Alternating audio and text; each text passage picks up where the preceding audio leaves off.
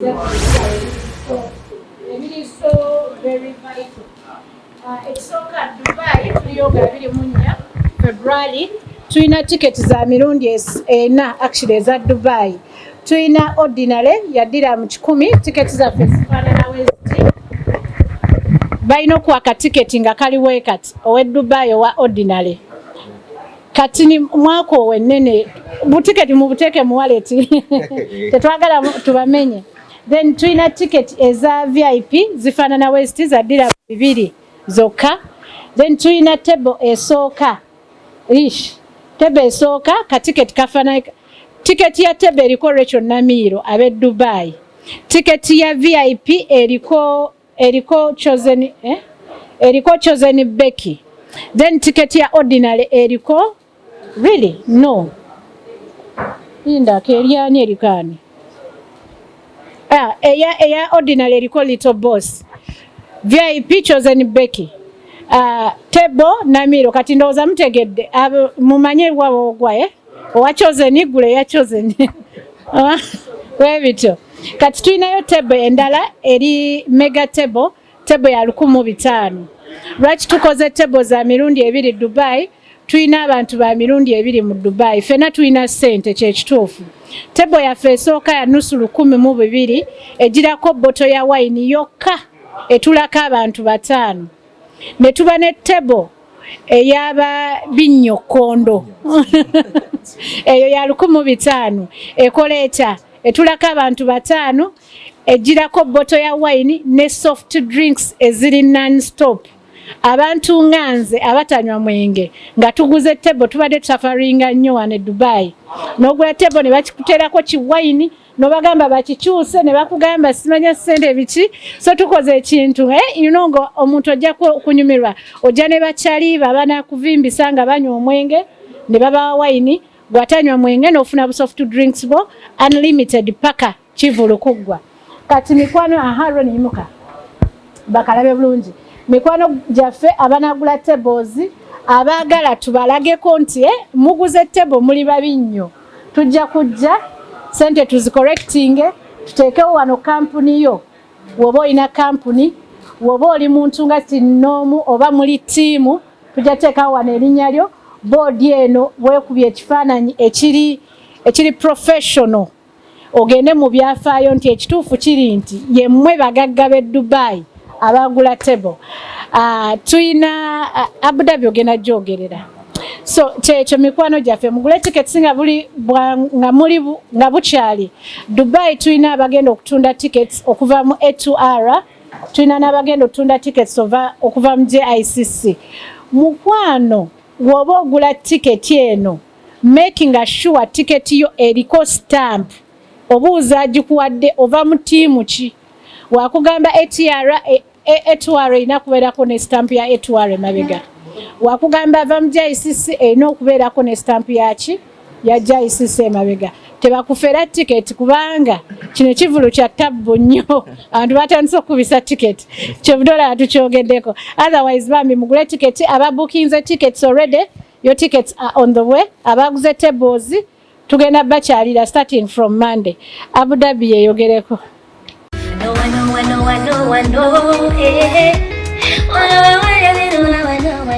kubanga bankuza abantu bangabe Dubai mukyala nnyonyinzi for Abu Dhabi tickets tulinawo etusandikira ku 10 that's 100 dirhams for ordinary that's ordinary entry ebe fanana bwet ya 10 eyingiza omuntu omu then for table of 2 agenda down for 400 table of 2 a ne drink for 2 people then VIP tuinawo table of 5 table of 4 with a bottle of wine tusobola okwongerako obanga musabye tuongeremu naffe tufune babinyo nkondo nga abadubayi we bagambe so tugamba 15 kinasiza ko bagize bafeature na basuggestions naye nga tickets I'll be having the tickets after July Kevin agenda buy na tickets then tugenda buy informing mujja tickets wala that's in Abu Dhabi guys tubasaba mujje mutuwagire 26 February mwezi gwa mukwano tickets ziri available tugenda balaga wezibeera ababeera Musafa ababeera MBZ tugenda ziteeka yonna we shall be coming to you guys ubyaga ticket delivery ejja kubeerawo so let's keep in touch thank you bagenda kubeerawo yes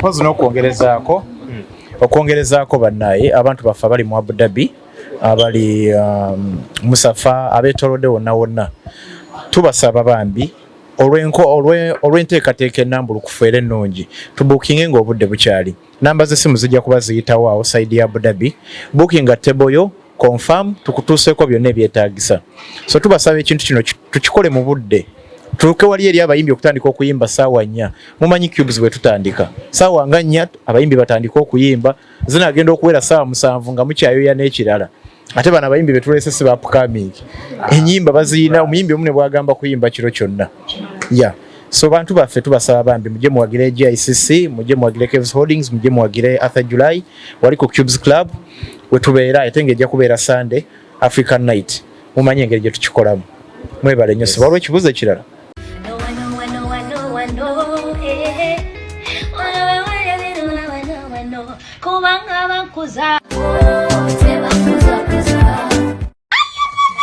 abantu bangabe Dubai mukyala nnyonyi nzija ogwokubiri guno nyimba abayimbi baffe bonna betuleeta bayimbi ba Luganda ate nga nange ndi muna Uganda nenga buli yali azzeeko ku legends omanyi legends nga bwe kibeera bwe tusalawo nti itware ekuttemu ate nga fe ababakyaziza nga twegaseeko Jicc tujja bbawa ekyo kyemutalabangako. This is going to be the first of its kind.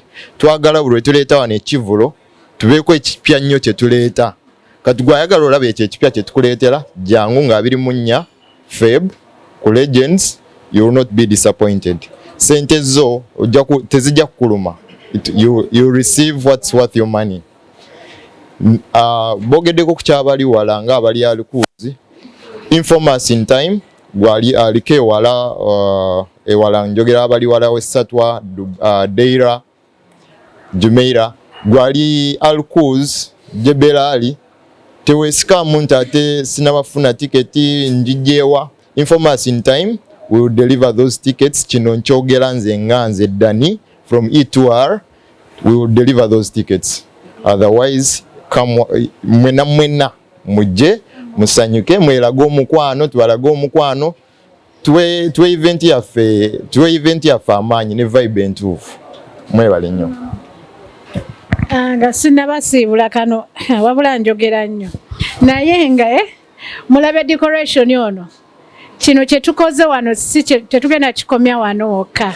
This is Jicc table zammwe muzisuubire okunyuma okusinga kuno kyekisooka tulina red carpet banange luno lunaku lwa mukwano okutandikira eri wabweru wa Chelsea ku village yo kwonna tugenda kubeera mu red white and black ebintu bigenda kubeera bye valentininga so mujje Valentines temucelebratinga temubaako kyemukola omwezi gw'omukwano date zammwe zonna muziteeke nga 24 26 photoshoot mubimanyi ebyaffe bwereere kifaananyi mmya bafabu webali wali eri bafuel webali wali eri bagenda kuba bakuba ebifaananyi mmya cutters of Jicc mujje naye ng'atayagala kifaananyi kisoke tebajja kukuba red carpet zigenda kubeerawo decoration ow'ettabu ennyo kino kituuza decoration ow'ettabu so mujje nga mwambadde nga munyumye bana abakyala mwambale ku bukondo tusammule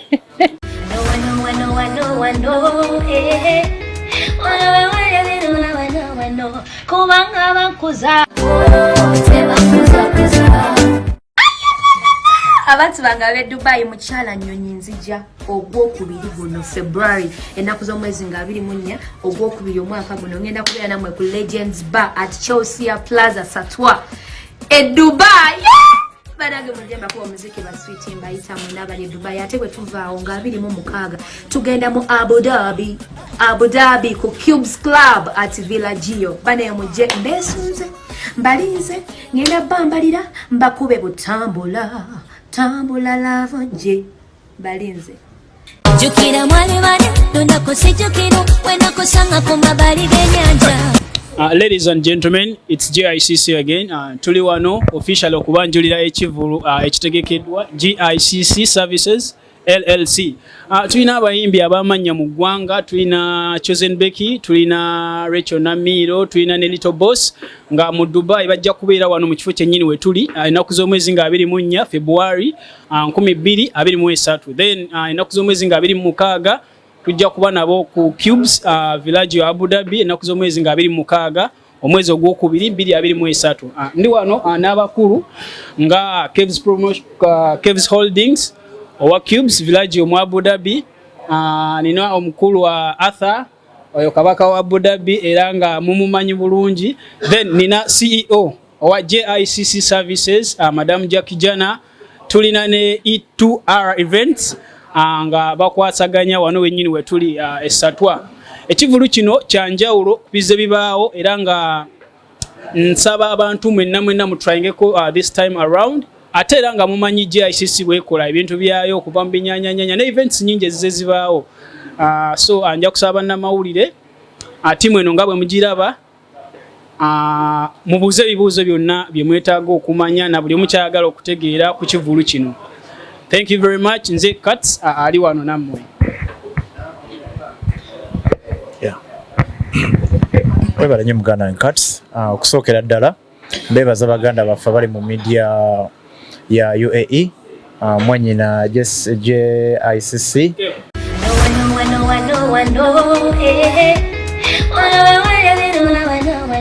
kubanga bankuza abantu bangabe Dubai mu mbeebaza nnyo bannaayera okwongera okubajjukiza nga Muganda Cuts bwagambye. Tulina omuyimbi ow'erinnya Chosen Becky, tulina Little Boss abasinga mumanyi mu nnyimba z'omukwano, tulina ne Rachel Namiro ayina akayimba k'essaawa eno akavuga ennyo ndowooza bonna abantu bukamanyi.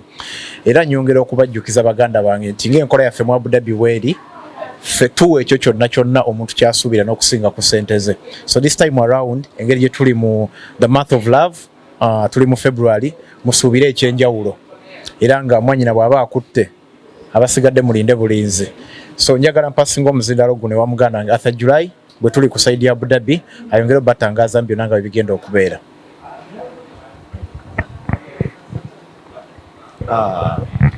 Babuuzaako abatulaba amanya wampita Arthur July kuva mu Abu Dhabi.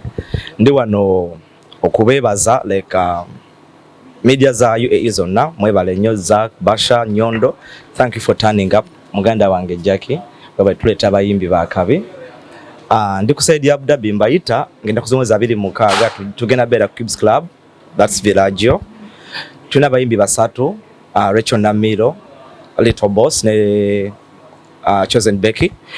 Tickets zigenda down for 100 for one person, 400 for two people with drinks, then 900 for people with a bottle of wine. Guys in Abu Dhabi, I call upon you, come support us. Nenga tusoke down we tuli ku legends. Jackie, over to abayimbi. I pass my next kid one. Yes, okay, mbuke gende ku itwara. Amanya nze Daniel Elias. Amanya nze Daniel Elias. Nza jobera host wamwe ku Legends wano wetuli sawa zino wetugenda otandikira n'ekivulo kyaffe kya Lovers Rock nga tuli tukwataganidde wamu ne Jicc awamu ne E2R your main hosts wano ku Legends. Tubaleetedde ekivulo kya Lovers Rock omuli abayimba abasatu the Little Boss, Chosen Becky n'omukyala Rachel Namiro akyalina yabayimbira akayimba nyongera okwagala. Twongera obbakoola mwenna nga nnaku z'omwezi 24 tubeere ku Legends. Tickets zammwe muzifune mu budde naffe kituyambeko obbategekera obulungi. Kambalinde nga nnaku z'omwezi 24 ku Legends, oluva ku Legends 24 tweyongereyo Abu Dhabi nga 26. Mwenna mujje mu bungi temusubwa.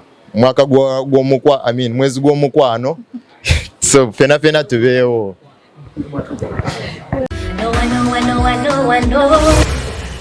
Manya n'eddoboozi bampita King Ronnie aka KRP nga ndi wano okubategeeza nti tulina ekivulu nga bannange bazze boogera GICC services nga be batuleetedde mwana mwa Rachel Namiro Chosen Becky awamu ne mwana mulenzi omulungi mu love asinga okikuba wali eri akikubanga ne Bobi Wine atuleetera omukwano bannange. Nkoola abaana ba Jimani banne nga bwe mwatubeerawo ku binyaanyanya ffe tusuubiza ne tutatuukiriza. Tubeerewo turn up in numbers nga bwe twali tukibeeremu mumbeererewo mutubeererewo GICC etegeka bulungi nnyo buli ssaawa tuleeta ekipya tukwataganira wamu nga tiimu emugira abaana ba Abu Dhabi so tubeerewo ennaku z'omwezi nga 24 Dubai Regents Bar ate nga 26 tugenda Abu Dhabi. Neyanza nnyo neyanzeeko.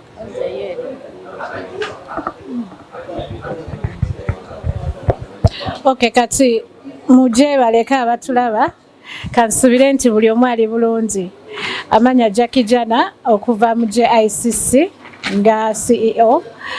Njagala okutwala omukisa guno okwebaza abantu abatubeereddewo mu events zaffe zonna ze tuzze tukola nga this time around tubaleetedde ate ekintu ekisuseewoko mu biri bye tubadde tukola nga tubasuubiza ekintu kimu nti luli we tubadde tugezaako ate wano tugenda kusaanikira busaanikiza ekintu. Luli we tubadde tukola ne mugamba tukola kati ate leero simanyi kigambo kye munaatugamba ku luno. Tuleese abayimbi abamanyi Uganda so far abayimbi bano be tuleese Chosen Becky is one leading female artist e Uganda mu music owa Afrobeat ate mu nnyimba z'omukwano akyakutte ekinambeemu. So far tuina Little Boss oyo ye legendary tetuina kyamwogera kwe tetuina nangeri wetumugejinga. Tuina Rachel Namiro mwana muto naye nga ate ekintu kyakoze naye akoze eki kyeyogerera. So simanyi gwe mukwano gwange kyogenda kwekwasa in February omwezi gwa love gwe bakyaye bana abana balina ennyimba z'abakyawi gwe banyiziza balina ennyimba z'okunyiiga gwali mulaavu yakatandika bayina ennyimba ezitandika omukwano gwatagiruddemu era bayina ennyimba eziwangaaza omukwano. So nze kyembagamba kintu kimu weeyune nga bukyali funa tiketi yo nga bukyali tojja leeti ekintu tugenda kikuba abantu bangi badde bamanyi nti clubs zitandika abayimbi batandika 8 banaye tulina abayimbi 3 ate nga bonna buli omu alina ennyimba ezisukka mu 15. So abaana bano bagenda bakuba music ku music tubeere wano by ssaawa 3 tukuba omuziki kuva saa 3 paka kumacha aba itwara mwe munatugoba naye baabana bagambye bali redo bakuba omuziki.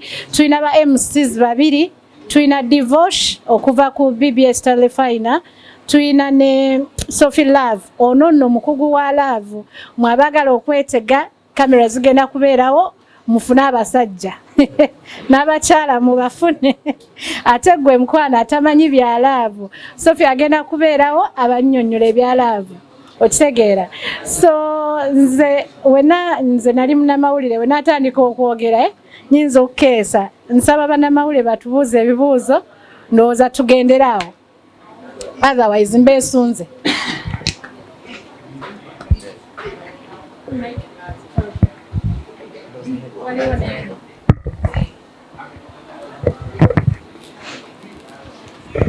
Well, JICC wamu ne team kyasanyu nnyo okubeera nga ogenda kutuleetera abantu 3 ng'ate bonna bakabaka mu nnyimba z'omukwano.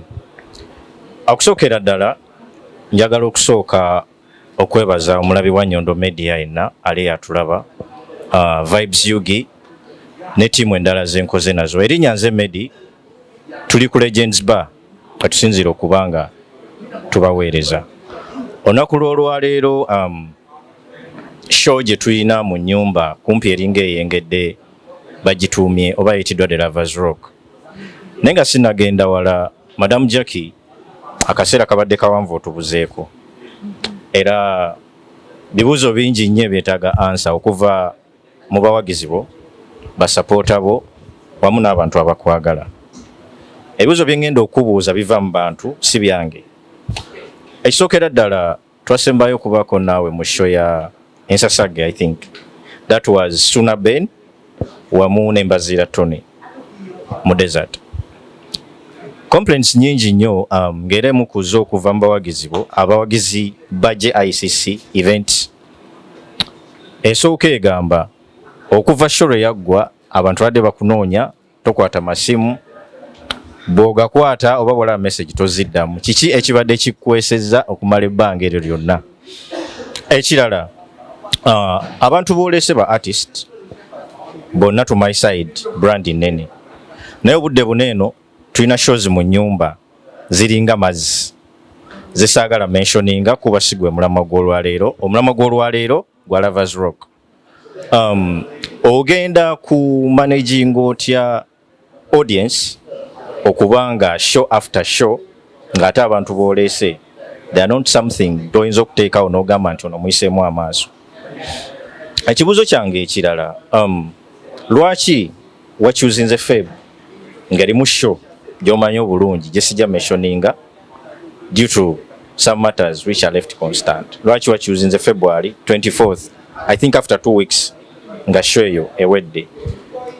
N'ekisembayo as of now osuubira abayimbi be waleese oba booleeta banakimaking up mu Dubai and Abu Dhabi? Thank you.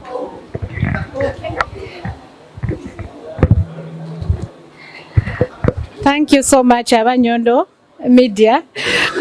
Ekibuuzo ekisooka ng'omuntu ategeka ebivulu mubadde temundaba oba mbadde siri active ku masimu. Ekisooka managinga company namba ate nga tetutegeka bivulu byokka. More to that, nina company ey'okubiri African Hubs nayo nga era eri managed by me. So sometimes wompeereza message yo ne sitagiddamu mu budde tekitegeeza nti sigenda giddamu, though sometimes kiyinza okutwala long naye nga sisuubira nti nina omuntu acomplaining nti simuddangamu completely mbaddamu. So ekibuuzo ekyokubiri obuuziza ki?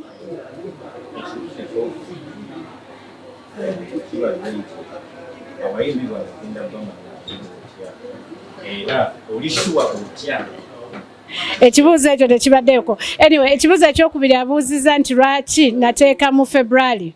The reason lwaki twateeka mu February nti nze nga Jackie Jana abamanyi obulungi mumanyi nti nakolako programu y'omukwano gye baali bayita njagala nga bwendi for 4 years ku TV ze Uganda. So mukwano guli eri mu busomyo. Omwezi gw'okubiri ngutegeera nnyo mulimu birthday ya mutabani wange omukulu. So I celebrate February nganze omuntu. Kati ne JICC nga team enyambako okucelebrate nga February. So ne tugamba lwaki n'abawagizi baffe tetubawa ekintu ne ba celebrate nga naffe February. Omwezi gwa February okujjanko abagufuniramu ebizibu naye nga truth be February ye December ya beginning of year. Okay? Kubanga gwe mwezi ogujjudde omukwano and abayimbi betwalense ekyo nkimaze. Ekirala wabuuziza lwaki twateese mu February ng'ate waliwo ebivulu ebiddiringanwa.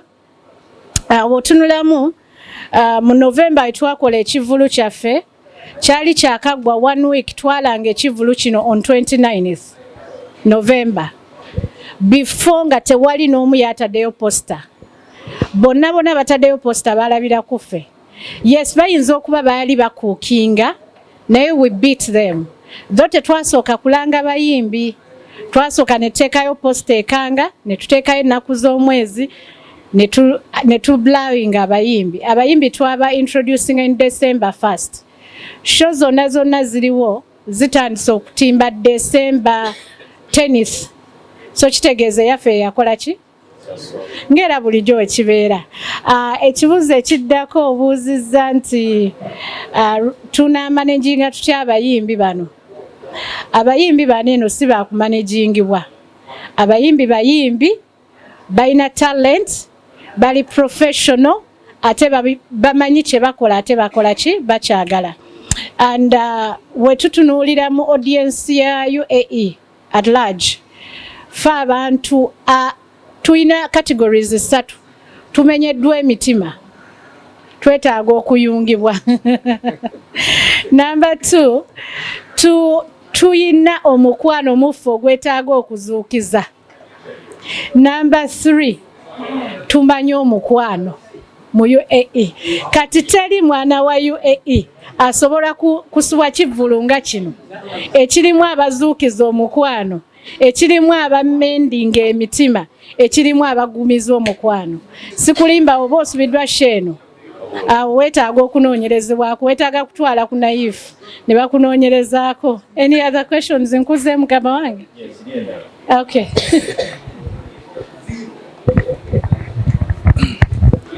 Awo nyini tweyanziza Madam Jackie, era nga ngenda kutandikira ku nsonga y'omukwano gwoyogeddeko. Nga nze ndowooza nti omukwano ye Katonda, ate Katonda gwe mukwano. Ne lwaki enkola eyo eremeddwa okubeera mu mmwe abategesi b'ebivvulu, ba promoter wamu ne ba sponsor b'ebivvulu. Ojja ne weesanga olwaleero nti E2R alanga show, naawe oyina show JICC. Naye bw'okwata poster n'ogiwa E2R n'omugamba muganda wange ABCD ateekawo embeera. Lwaki omukwano ogwo ogwakutegesezza Shane ya Lovers Rock, lwaki temuguteeka wakati mu mmwe ba promoter, ba sponsor n'abategesi b'ebivvulu byonna? Kubanga ndowooza nti mu UAE mwenna abasalawo okukola ekintu ky'okuleeta abayimbi oba ba artist oba bannabitone bonna wano tugezaako kutunda eggwanga Uganda. Era nga mu kutunda eggwanga Uganda tulitunda nga tuyita mu kiyitibwa omukwano. Kwa buli kintu kyonna kitukola ku nsi eno tukikola na mukwano. Ne lwaki omukwano obumu guganya okubeera mu mmwe abategesi b'ebivvulu wabula ne mukulembeza entalo? Ekirala ekibuuzo ekyokubiri, kiki mbeera ki ebalemesezza okubeera nga still mu buufu obwo mukolaganira wamu ne muva mu mbeera y'okulangira ebivvulu ku WhatsApp status ne mubiranga munnanga entuufu eya media? Mbeera ki eri awo ebalangisa ebivvulu ku WhatsApp status ne mu group za WhatsApp okusinga media? Kubanga obudde buneeno media nga bwetudde wano, nga nze omu, kino kibuuzo kyange ng'omuntu, tomanya naali ayinza okuba nga kye kibuuzo ky'alina. Ebiseera ebisinga notice gye nfuna oba abantu abajja ku Nyondo Media to advertise with us bava mu group, n'ogenda okwesanga nti advertisement ezisinga ziri mu group na WhatsApp status. Ogenda ku social media nga n'omuntu alanga show, page ye tekola bulungi oba platform ze tezikola bulungi. At the end of that day, show bwe flippinga ffe be yayise okukola naye nga tubanja akaffe n'atukuba ekimmooni. Lwaki embeera eri bwetyo? Banyondo banira. Anyway, ekisooka love tugina nga ba promoters, though mu baana mubaamu abaana n'ebyana, ate era ne mu kawunga mubaamu empulunguse. So tetujja kukebera mitima gy'abantu bo we balowooza. Naye ffe ng'aba JICC, aba E2R, Arthur July ne Cave Holdings, ffe nga ffe tulina omukwano n'abalala bannaffe be tukwatagana nabo be sitajja kumenya kubanga tebalikola ki, tebaliiwo wano eno. Tulina omukwano muffe era kyova olaba tutudde ku tebo yaki yeemu. Sheeno tetegekeddwa JICC yokka, etegekeddwa kampu ziringa nnya, actually ziringa kampu nnya muffe. Kiba kitegeeza nti tweyagaliza. Kimu kyokka kye nandikubiriza abali ey'ebweru, ekituufu ffenna twagala ssente era twajja kukola ssente, naye sometimes olina okulowooza ssente ye egenda kukuluma kyenkana ki ng'ogifiiriddwa than n'otatunuulira kumanyika. Kubanga tulina obuzibu nti muffe mulimu bangi abaagala okuprovinga nti bakabi oba basobola ate nga n'amannya bagaagala. Ne beerabira nti okubeera promoter olina okugatta ebintu nga bisatu. Olina okugatta professionalism, olina okugatta talent. By the way, okubeera promoter it's a talent. Okubala abayimbi n'ennaku okitegeera olina okugatta ne ssente. Kati mukwano gwange bw'oba okimanyi nti gwe oli organizer, promotion giveemu weegatte ne ba promoter mukole ekintu ekikola ki ekiriyo. Lwaki njogeddewo nti muffe ffenna gwe boyita ba promoter si bonna ba promoter ojja kunkyaza nkikunnyonnyole. Ekibuuzo kyakyobuuzizza ogambe nti to add on to that, I think tuina gundi etutwala wano bagita UEPA lwakuba ekyali nnafu ekyabulamu bingi, but I think bagezaako okutukuŋŋaanya n'otutereezaamu, and with due time we tunaaba tweterezeza nga nabo bayize nti this is promotions not organizing, tujja kukwatagana kubanga nabo bakyalemeddwa okwawula organizer ne promoter ne host. Kati tosobola kukwata JIC sasasula omuyimbi omuteeke ku muntu aina club, omuteeke ku muntu organizing birthdays oba kitegeera tugenda kuba tukuubagana. Nja kusasula bachozen beki okujja okuyimba nga taddemu obukadde bwange 3 oli akole night ye nga tataddemu wadde n'ekikumi kubanga alina club, oli akole birthday. Kati tujje twekange nze ngambe kati gwe tewantaddeko naye ng'ekituufu kiri nti organization ffenna gye tulimu yenkyamu tetwawudde. So we need to separate the three. Tusobole okumanyagana era twekwatagane. Manye nti Kenya ateekamu ssente nina kwogera ne Kenya n'atannumba. Kubanga ekituufu kiri tuli bangi nnyo ate nga tetwetaagisa kuba bangi. So ekibuuzo ekisembayo obuuzizza ati mbyerabira. Kya status. Okay, status. Kati wamma buli kampu erina engeri gyebalamu ekintu kyabwe. Nze nali media personality era mmanyi engeri gye nkozesaamu media yange. Sina kivulu kye nali nkoze nga sinaako media. Yes, status tuzikozesa ng'abantu kubanga tulinamu emikwano ne groups tuzirimu, naye media erina weekola ki wejjiramu. Kati ffe bajje ICC obuuziza bakyamu kubanga sofa tubawa emirimu. Naye mu budde bwaffe temusobola tutegeerera bagundi. Musaba ssente nnyingi tulina okubategeerera mu kya ssente. Anyway, that's it. Any other questions? Bino n'ebibuuzo biva mu bawagizi ba JICC. Ekibuuzo ekisembayo JICC. Eno question yavudde eri omu ku ba customer abo. Era nga sijja kwogera gyali but customer abo wamuwako service. Client ono wamu ne banne babuuza office za JICC zisangibwa mu UAE. Era lwaki Madam Jackie tayagala kutwala ba client oba customer ku office ze oba wabeera?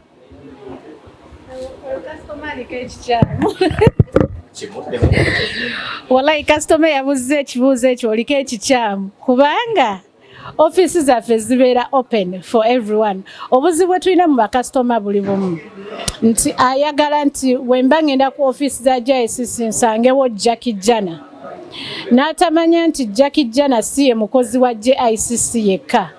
Tulina Oscar, tulina Katsi, wali Aisha wali ku kamera, tulina Roni, kati n'abalala bemutakola ki bemutalabako waneeno. So the thing is, you don't expect me to be in office all the time. Chechisoka. Ekirala nti right now, I think a few months now, we're having some changes in our offices. These are kino kiriwo mu myezi ng'esatu, right? Tulina changes mu offices zaffe. Tugezaako kukyusa office yaffe eri Business Bay. Mwe mwennyini mwavayo ne mutucomplainingira. Muli mu bagagga, metro erwawo, esala 7, kataxi ka bbeeyi, ffe tetulina mamotoka, tetusobola kujja gye muli. So we decided we have to get somewhere awali convenient for every person tuleme kutunuulira abagagga nga mmwe we mukyogera. So ne tugamba nedda, we need something better. Ate nga JICC we mugimanyi, mumanyi enkola zaffe tetutera kurushinga. So to taking our time to deliver something good for you. It's now 3 months nga offices ziri on and off. Je ziri lwakuba tetutulamu.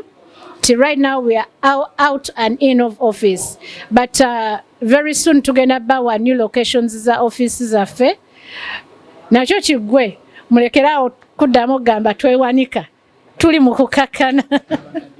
Yes, addition. On addition to that, nti ekirungi kyoyo client abuuziza nti ekirungi ky'omuntu abuuziza that question tagambye nti oba JICC erimu ki amakoona good enough nti services azifuna nga baba akoze eki azaagadde. So therefore nsaba abawagizi ba JICC nti mainly bongera okusupportinga n'okuba nti service bwe ziba nga nnungi ekyokujja ku office nga asuubira okusangayo jjana n'atamusangayo tekimugaana kusigala nga gobuuziza alright bwe kiri nti gwe bw'oba nga osuubira okujja kwoyo JICC osange Madam Jackie nga taliiwo sandyagadde muntu akitwale so personal as long as nti services ja JICC zisigala zirunning up kuba nti teziriimu makoona. So that's it, I think. Yeah. Thank you. Ekibuuzo kino ekisooka kigenda wa Itwar era I think ng'omu ku batesitesi ba Abu Dhabi sebo. Embeera eri mu Abu Dhabi abasinga bagimanyi naddala ku bifo ebitegekebwamu ebivvulu besijja mentioninga. Ekibuuzo ekisooka sebo ekijja gy'oli lwaki Abu Dhabi events ezitegekebwayo ng'era mulina show gye mwaka guba ogimanyi lwaki munyigiriza nnyo abaleese ebivvulu mu Abu Dhabi? Ekyokubiri wangi wa Dubai besotinga embasoye ebibuuzo by'abawagizi baabwe. Okay, ekibuuzo kiri nti lwaki Abu Dhabi embeera nkalubo nnyo okutegekerayo ebivvulu era obudde buno waliwo show gye mumanyi obulungi ey'akagobwa eyo ng'okugobwa kwayo oba okuvaayo ekyayimiridde Dubai yokka yalemesebwa lwa bisali bye mwasaba client. Mbeera kyeteesaawo situation eyo ng'ate abawagizi bammwe ababalaba balowooza nti buli artist abazze wano oba buli muntu yenna abaleeteddwa wano to perform in any way tutunda gwanga Uganda. Lwaki embeera eyo weeri? Kyekibuuzo kyange ekisooka. Ekyokubiri, show za Abu Dhabi kiki ekiziviirako okubeera nga tezitrendinga nnyo mu bantu nga bwe ziri mu Dubai? Nti show etegekebwa mu Dubai n'etambula n'ate bwe zijja mu Abu Dhabi bwe tuba tuzirabye nnyo tukoma ziraba ku status na mu group but ku media tezitimbibwa. Ekibuuzo ekyokusatu, still nja kuddayo ku kyaba promoter. Lwaki abatesitesi b'ebivvulu promoter ba Abu Dhabi muyina beef wakati mu mmwe?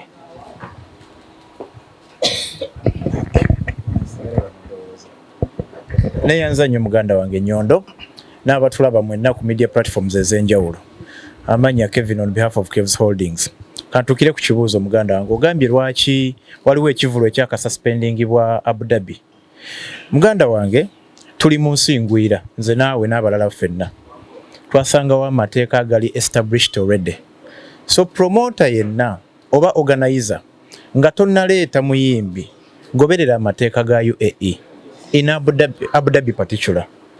Tokeera ku makya n'oteeka logo y'ekifo nze nga Kevin siina kirabu naye managing kirabu era managing nights ez'enjawulo. Bw'okwata logo yange n'ogiteekako it is okay. Naye bw'okwata logo y'ebbaala n'ogiteekako ng'ebbaala temanyi gwe tovunaanibwa nze avunaanibwa kubanga twogera olulimi lwe lumu naawe okitegeera muganda wange. So promoter yenna yaleeta show Abu Dhabi nebeera suspended alina ebintu by'ataatambuliza mu mitendera mituufu era ekyo akimanyi era nga tanatanishinga linnya lya promoter yenna oba organizer yenna yeetunulemu ensobi ze yakola naye nga ffe twaniriza buli omu okukola kubanga at the end of the day tusanyusa bana Uganda. Yeah. Ensonga ey'okubiri ogambye lwaki tulina beef. Ekya beef nze sikimanyi. Okujja nga luyaga nti atubeefinga ko ffe ng'aba Buddha Kunyumya.